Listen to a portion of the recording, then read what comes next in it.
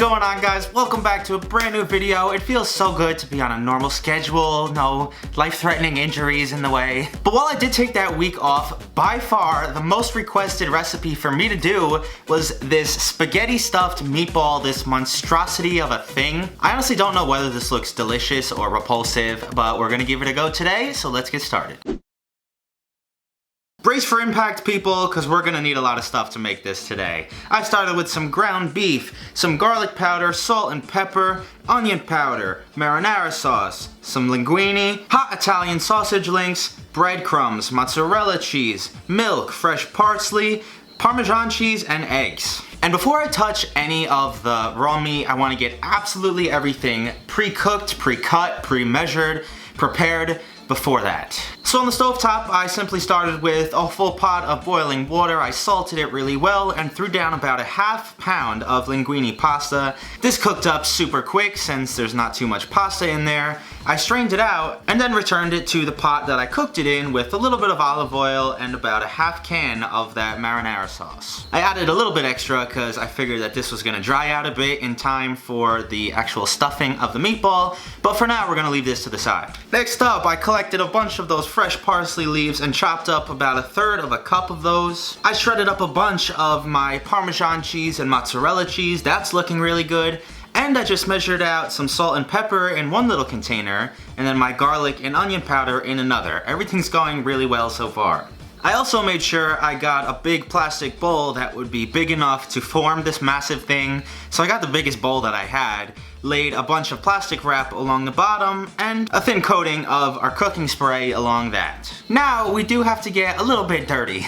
I could not find some pre-ground sausage meat, so I had to get these links, and I carefully sliced open each one and removed the coating, aka pig intestines. Fun fact for those of you out there who didn't know that and are now never gonna eat sausage again. And on top of that, threw down a pound of the ground beef, and here we go.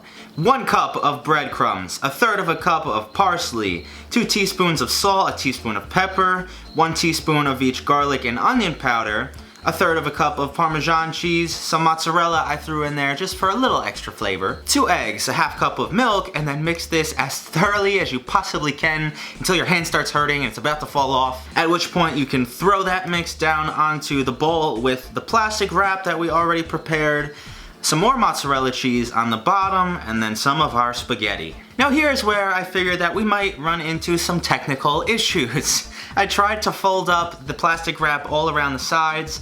Some plastic wrap wasn't long enough for me to kind of fold up and combine with the other stuff. It was a tough task, I'm not gonna lie, but I got it together kinda sort of good and got to this point here. Onto a cookie tray with some tin foil that went, and into a 375-degree oven for 40 minutes. Upon removal from the oven, again, I don't really know if this looks good or disgusting. I'm kinda indifferent on this subject. But nonetheless, I threw down some marinara sauce on my plate. I carefully transferred the meatball from the pan to the plate, threw down some more marinara sauce on top of that, some cheese. And if there's ever a recipe that we've got almost exactly identical to Tasty's, I think this one might be it. I cut it open and got a beautiful cross-section of all that pasta and that cheese.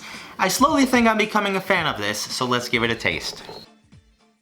Now, as I think I've said in past videos with Italian foods, I have a very high standard for stuff like meatballs and pasta because I'm Italian, that's all I used to eat. Shoutouts to you, Grandma, if you're watching this. What do you think, guys? Would you want a taste of that? I feel like most of you would, unless you're freely. Throwback for you. Here we go.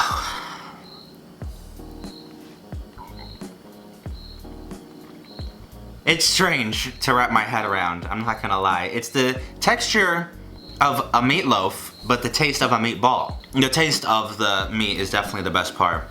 The pasta's very strange also. I'm kind of getting a little bit of a residual, like, greasy oiliness in the pasta. I think is probably from the fat sweating out from the meat and not having anywhere to go on the inside. So the pasta kind of sucked it all up a little bit.